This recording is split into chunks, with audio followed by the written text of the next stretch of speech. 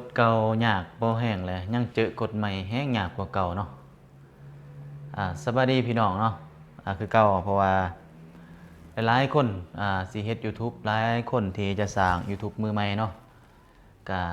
บ่ทันผ่านกฎสำเฮ็ดประมาณ4-5 ปี3-4 ปีคือข่อยนี่เนาะยังบ่ทันผ่านกฎได้เจอกฎใหม่อีกโอ้เนาะเห็น YouTube ประมาณปี2027นี่เพิ่นสิเฮ็ดอันนั้นเนาะพี่น้อง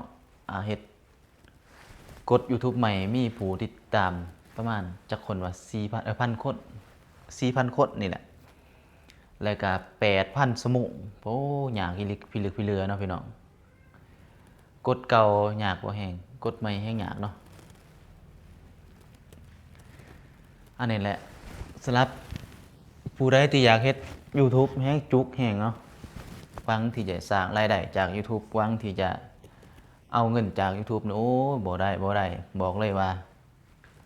เจ็บแน่นอนพี่น้องเอ้ยเจ็บแท้เจ็บว่าโอ้เดี๋ยวนี้คือสิบ่ได้เงินดอกนั่นแหละที่ว่าหายไปนะหายตาไปโดนเติบเนาะหายหน้าหายตาโดนเติบที่ว่าบ่ได้เอาคลิปลงย้อนว่าอันนั้นนะพี่น้องก็ย้อนว่าบ่มีเวลาเฮ็ดคลิปสองมาเดี๋ยวนี้ YouTube มันเปิดการอันนั้นการมองเห็นบ่ให้เฮาเห็นเนาะคือข้อยเฮ็ด YouTube นี่ก็เอาลงเป็น10คลิปมันก็บ่เปิดให้อีกโอ้ยเป็น10คลิปก็ยังคือเก่าอยู่บ่ได้อันนี้อย่าหาเฮ็ดเนาะเห็นบ่อันนั้นโดยเฉพาะอันนั้น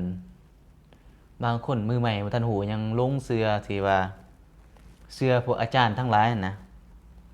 อาจารย์ที่ว่าโอ้ยข้อยสิเฮ็ดช่อง YouTube เขามีช่อง YouTube มีผู้ติดตามส่ำนี้ราคาประมาณ10 ล้าน5 ล้านมาขายให้เฮานะเซ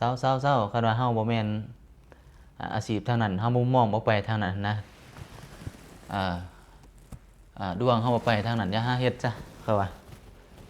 บ่เสียเวลาสร้างช่อง YouTube หยังมันบ่ได้มันบ่ได้เงินบ่ได้ค้ำจากมันนะอีหลีเด้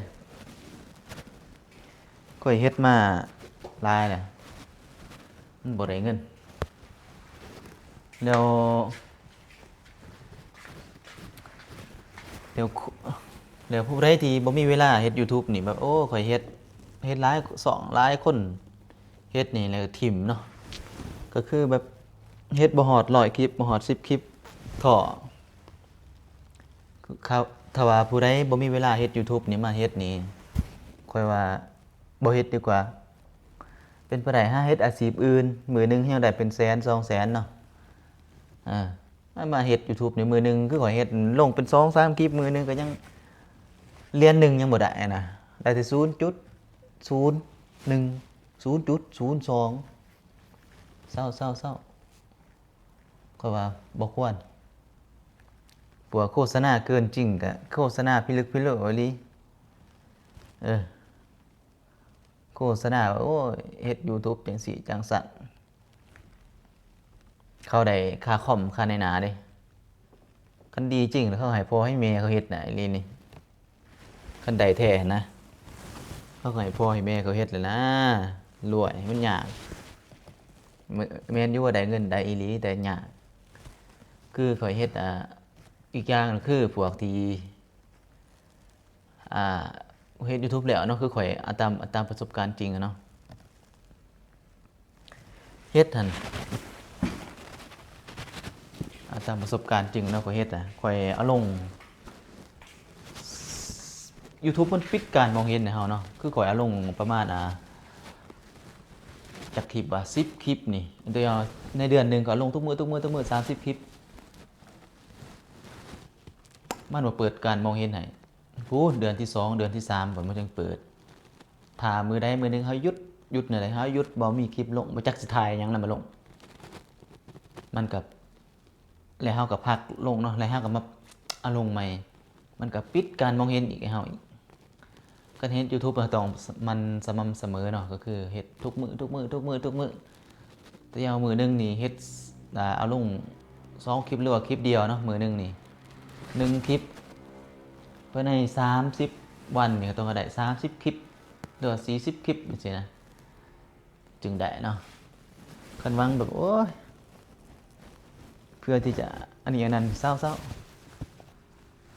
สันก็เฮ็ดเต็มบ้านเต็มเมืองเลยล่ะเขารวยหมดบ้านหมดเมืองเลยล่ะค่อยว่าอีหยังก็บ่สู้การเฮ็ดด้วยเหือด้วยแรงการหาเงินนี่ยากบ่ได้คือเคยมีช่วงหนึงมันก็ซ้ำสิผ่านกฎ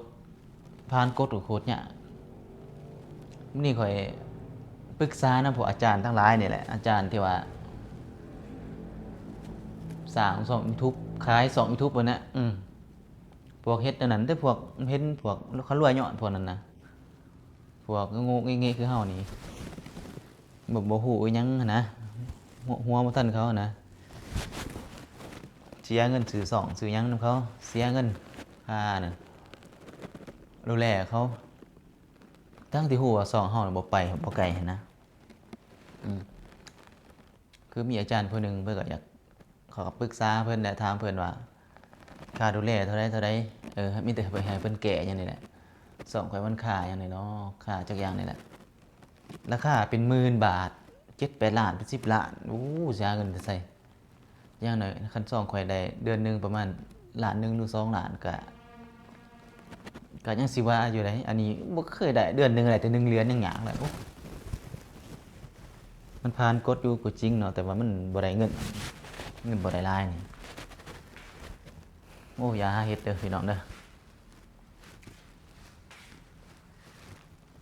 เอาคลิปนี้จบเพียงเท่านี้เนาะบ๊ายบายก็ถือว่าบ่มีหยังสิแนะนำให้ฟังเนาะบ่มีหยังแนะนำสิบอกก็มีแต่สิบอกว่าการเฮ็ด YouTube นี่โคตรยากเลยมีกฎใหม่มากฎเก่ายังบ่ผ่านกฎใหม่ยังแฮงบ่ผ่านผู้ใดเฮ็ด YouTube สิคิดเขาสิสร้างช่อง YouTube สร้างช่องเพื่อจะสร้างรายได้จากมันเพื่อกอบโกยเงินจากมันนี่อย่าคิดแบบเดียวกันกับการเทรดกันอย่างนี้แหละมันก็แม่นได้เงินจริงอยู่แต่มันบ่ได้ง่ายๆเนาะสำหรับผู้ใดที่จะเฮ็ดเพื่อรับผู้ใดที่จะสร้างในเงินออนไลน์นี่อีหยังก็บ่สู้ด้วยเหือด้วยแรงเขาดอกแต่ก็แม่นมันก็มีบางคนอยู่เนาะได้เงินอีหลีก็ได้แต่มันลูกฟุกๆเนาะ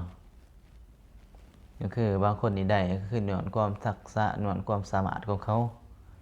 ย้อนความแบบหน้าตาเขาย้อนคอนเทนต์เขาก็เลยได้เนาะเฮานี่บ่มีคอนเทนต์แบบลองคันบ่เชื่อก็ลองนะประมาณได้อยู่ประมาณ10คลิปหรือ20คลิปนี่แหละแล้วก็คอนเทนต์ตันเนาะตันจักสิเฮ็ดหยังบ๊ายบายขอขอบใจทุกคนที่รับชมแล้วก็ขอให้ทุกคน